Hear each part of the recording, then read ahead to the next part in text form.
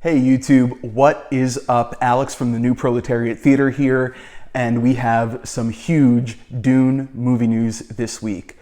First up, there's a new trailer out, and certain people who were able to get tickets to screenings in IMAX theaters got to see the first 10 minutes of the new Dune film.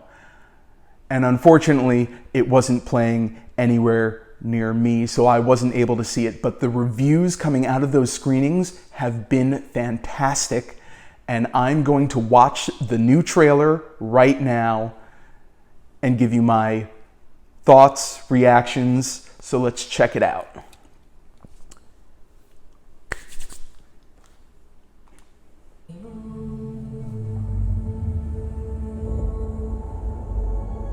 My planet Arrakis is so beautiful when the sun is low. Rolling over the sands, you can see spice in the air. Wow. The outsiders ravage our lands in front of our eyes.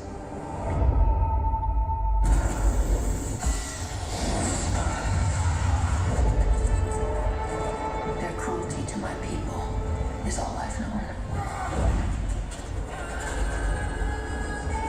What's to become of our world? Whew, I just got chills. Duncan, can I trust you with something? Yes, always. You know that. I've been having dreams about a girl on Arrakis. I don't know what it means. Dreams make good stories. Everything important happens when we're awake. Hey, you want some muscle? I need? We are House Atreides. There is no call we do not answer. There is no faith that we betray. Smile, Gurney. I am smiling. The Emperor asks us to bring peace to Arrakis. House Atreides accepts. I know you. There's only a way for you in my mind. You need to face your fears. Come with me. We need to be ready.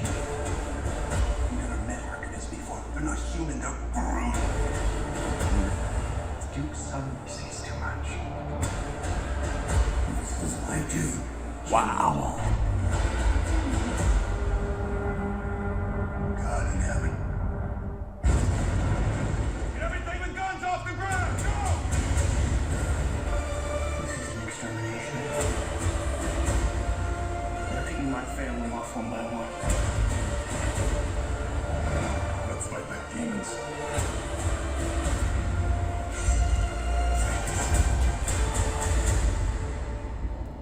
Dad, I was looking at the future of House Atreides. A great man doesn't seek to lead.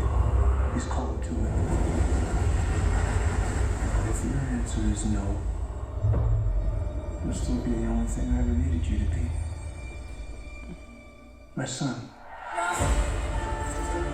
If anything happens, will you protect Paul? With my life.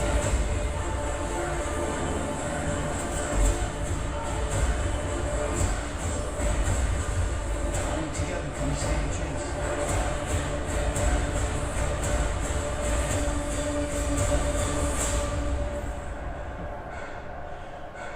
It's time.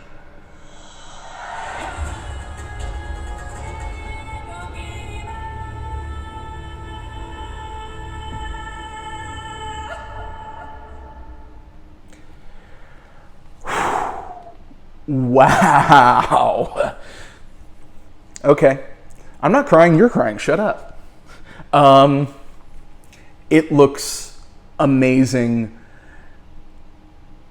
My worry right off the bat is that, like, for the hardcore Dune fans, that is what we needed to see. Everything has been done with so much care, so much attention to detail. I'm gonna have to go back and break this down shot by shot. But my first thoughts, my worry, is that what I just saw is not going to be accessible enough for a casual general audience. I don't know. I hope that I'm wrong, because, all right, I'm just going to say this outright. I need this movie to be a big hit. I need it to be huge, because it's only going to be the first half of the book. So it needs to make enough money to get a sequel so we can see the ending of the first book.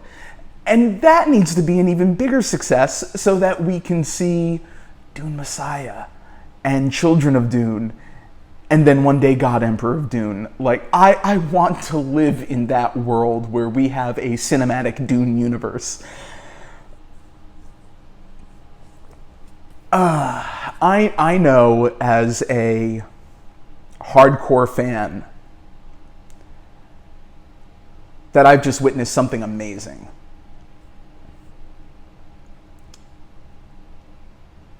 What remains to be seen is whether or not an audience that's never really heard of Dune is going to be into that. Other thoughts right off the bat is the ornithopters look great. I said this in my teaser trailer review that they nailed the dragonfly look of the wings, and it's the first thing you see in this trailer, and it's really spot on. I love that they made Chani the focal point for the first half of this trailer, because she is probably my favorite character in Dune, and I think Zendaya is perfectly cast in this role. I've heard little bits of reactions online, people on Facebook saying things like they don't like the humor and the one-liners, and it feels too much like a Marvel movie. And you know what? I heard people saying the same thing about The Last Jedi, which I thought was a overwhelmingly underrated film. People didn't like Poe Dameron was making your mama jokes in the first scene. That was really the only one. And everyone complained like, oh, they're trying to copy Marvel. Because the other critique that I keep hearing is that this film seems joyless. And, you know, it's not like Dune was overly known for its, joy and sense of humor. And there are certainly humorous notions, but the book is more about politics, philosophy, religion, and most importantly, the effects of charismatic leaders on society. And how much can you really know about a person? I'm going to rephrase that. When you get to know and understand a character and you want to give an audience a shortcut into the life of that character, the easiest way to do it is through humor. So having little lines like, oh, Paul, you've put on some muscle. Did I? No. That gives you an insight into the relationship that Paul and Duncan have. And it's so quick and easy to cue an audience into what's going on between the two characters. To say that that moment is a turnoff, that, oh, they're trying to be like Marvel. Come on. they're trying to help the audience understand who these characters are, what makes them tick, what they find funny, their insecurities. In the book, Paul is described as being small for a boy his age. So it makes absolute sense that if Duncan, the swordmaster, says, hey, you put on a little muscle, he's going to be really pumped up by that and deflated when, Duncan retracts his statement. So just a couple other quick things. I love this shot of what I think is a Harkonnen spice harvester. It reminded me a lot of this illustration by Christopher Foss from the pre-production conceptual designs of the Jodorowsky version of Dune that was never filmed. This is another moment that caught a lot of ire from the net nerds, this joke about Gurney not smiling, and I think it's fine. It teaches you everything you need to know about the character in an instant. Then we have this moment with Jimmy that confused me. It's a very tender moment, and he's saying, come with me. I don't know who he's talking to. But we only meet Jimmy in like 2 chapters in the book, and he is a very aggressive and confrontational character. So maybe his character's being expanded. Then this is another thing I see a lot of people complaining, oh, I don't remember this from the book. And what I think we're seeing here is a visual representation of Paul's mind expanding when he begins to tap into his mentat abilities. One thing that everybody can agree on, though, is that the Baron looks freaking sick. Then we have another shot here of the dragonfly-esque Thopter. I just think they absolutely nailed this. This is another very pretty shot with the Atreides leaving Caladan. And I like the emphasis on the father-son dynamic that we see in this trailer, because it is a constant theme throughout the books. Speaking of father and son, we also get this very quick glimpse of Leto getting killed. And I was surprised by that. I'd think you'd want to conceal this moment as much as you possibly could. So I have seen some people online complaining that it doesn't make sense that the worm stops right here. But it is very clearly stated in the book the reason the worm stops is because Paul and Jessica have made it to bedrock, and if it chased them any further, it would harm itself. We have a shot of Liet Kynes with some hooks out, getting ready to attempt to ride a maker. And I love this shot. It reminds me of one of my favorite Dune book covers, which you see here. I actually have this edition somewhere in my collection. And speaking of sandworms, there is one in the background of this shot.